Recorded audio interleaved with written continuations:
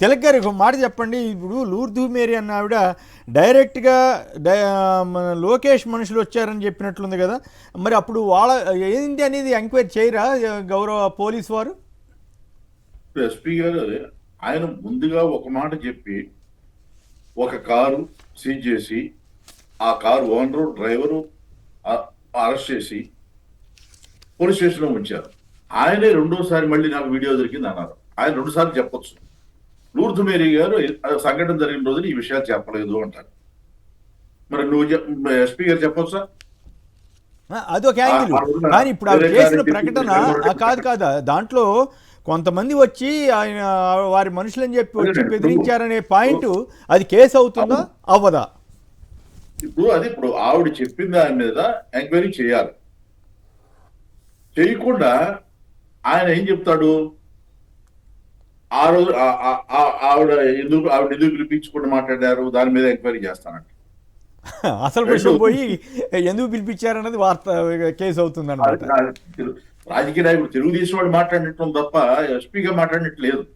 Okay, అది కూడా enquiry చేసి రెండు చేయండి, తప్పు కాదు. చెప్పిన విషయాల మీద ఎంక్వైరీ చేస్తాను. లోకేష్ మనుషులు దిగిళ్ళారు, అంబులెన్స్ లో ఏం జరిగింది, ఇవన్నీ కూడా ఎంక్వైరీ చేస్తాను. అంబులెన్స్ లో ఎవరెవరు ఉన్నారు, అంబులెన్స్ వచ్చే వరకు ఆటోలో తీసుకెళ్దామంటే ఎందుకు తీసుకెళ్ళాల? వాడు వైసీపీ వాడు తీసుకెళ్తానంటే వైసీపీ వాళ్ళు అక్కడ ఉన్న కార్యకర్త ఎవరు ప్రజలు తీసుకెళ్తామంటే ఎందుకు అబ్జెక్షన్ పెట్టారు పోలీసులు? అంబులెన్స్ లోనే ఎందుకు తీసుకెళ్లారు? అంబులెన్స్ ఎక్కేటప్పుడు బాగానే ఉన్న మనిషి, మాట్లాడుతున్న మనిషి దిగేటప్పటికి ఎందుకు సరిపోయాడు? వీటన్నిటి సమాధానం చెప్పాలి, వీటన్నిటి మీద ఎంక్వైరీ జరపాలి. అది చెప్పట్లే ఆయన. రెండోది ఇంకో పాయింట్ కూడా చెప్పాడు ఆయన. ఈ వీడియో జగన్మోహన్ రెడ్డి గారు కారు కింద అతను పడి చనిపోయాడని వచ్చింది అని చెప్పాడు. ఎప్పుడైనా ఫోరెన్సిక్ ల్యాబ్ అట్లా ఇస్తుందా?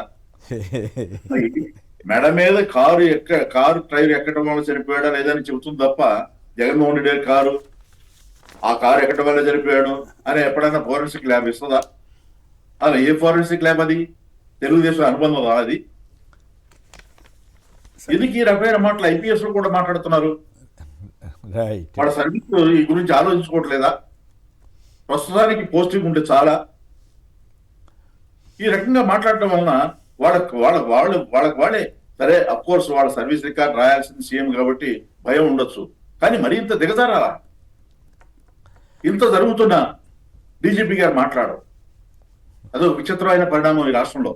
ఏ సంఘటన జరగానే ఉండే ఆయన అసలు డీజీపీ గారు అసలు మాట్లాడు. ఓకే, ఇంత విచిత్రమైన పరిణామాలన్నీ ఈ రాష్ట్రంలో జరుగుతున్నాయి.